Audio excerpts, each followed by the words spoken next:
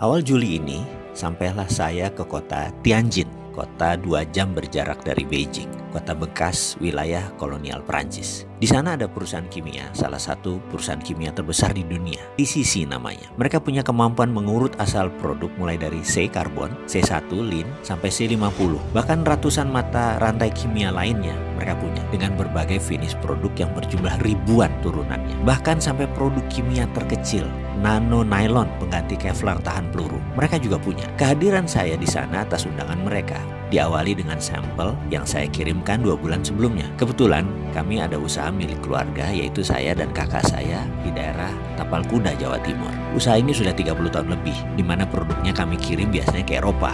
Namun namanya usaha skala rumahan, ya kecil lah kapasitasnya. Ketika jadwal makan malam, di mana saya diatur untuk ketemu dengan tetua ahli kimia untuk berdiskusi lebih lanjut, saya seakan makan malam dengan maestro alkemi sesepuh seumuran Merlin. Merlin itu alkemis gurunya King Arthur zaman dulu.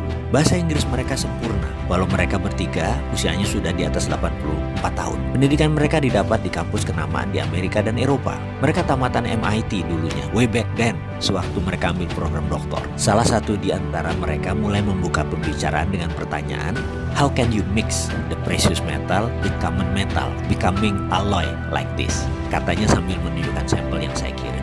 Ini alasan mereka kayaknya ingin ketemu saya dan ingin berdiskusi serius. Mereka melanjutkan, usually what common technique, what we are using, nggak bisa katanya mixing the same metal dengan precious. Yang ada adalah precious dengan precious. Jadi pertanyaan dia selanjutnya, how can you put Ne atau bagaimana kamu bisa menaruh nikel digabungkan dengan lithium atau Ni with Li together? Bisa nggak? Saya paham maksud mereka. Memang dunia metalurgi itu unik. Sedikit orang yang memahami sifat metal, bahkan bisa paham tabiat metal, hanya sedikit sekali. Berhubung ilmu ini adalah ilmu keluarga, saya bisa menerangkan sedikit-sedikit. Jadi mereka bertiga menangkap hal yang aneh dari sampel yang kami kirim. Tapi sebelum saya menjelaskan, saya ingin sudutkan informasi mereka agar tepat.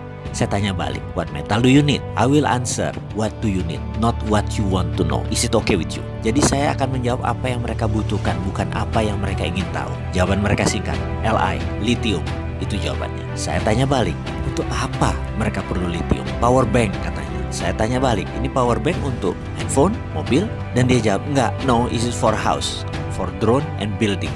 Mereka jawab. Asli saya terdiam, otak saya setengah kram. Makan malam Cina Muslim dengan Xi'an style, kambing muda yang lembut seakan tidak terkunyah jadinya. Saya bilang mohon penjelasan lebih lanjut. Hanya kalimat itu yang keluar dari mulut saya, yang dijelaskan dengan terjemahan singkat sebagai berikut. Bayangkan ada baterai yang bisa di-charge selagi listrik di rumah dipakai selama 4 jam. Lalu baterai tersebut akan dipakai selama 24 jam, seperti power banknya telepon. Jadi misalnya bayaran listrik kita yang biasanya 1 juta itu tinggal 20% atau tinggal 200.000 karena kita hanya memakai 1/5 daya listrik per harinya, di mana sisanya 4/5-nya akan menggunakan power bank tadi. Dan mereka menarget harganya tidak lebih 14 juta rupiah, itu pun dengan margin keuntungan di atas 40%. Siapa sih yang nggak bisa beli power bank yang bisa menghasilkan 5.000 kilowatt dengan harga 14 juta yang bisa mengirit 80% biaya listrik bulanan? Saya bukan kepikir masalah siapa yang akan beli power bank tersebut, tetapi daya listrik PLN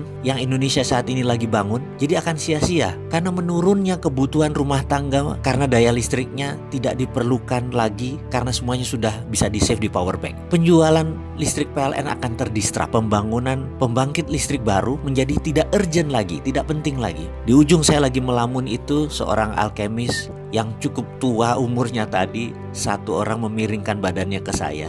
Dan dia berkata, tahu nggak, nikel lateral itu di dunia yang paling banyak cadangannya itu ada di Indonesia. Saya mau tanya, pemerintah Indonesia tahu kan?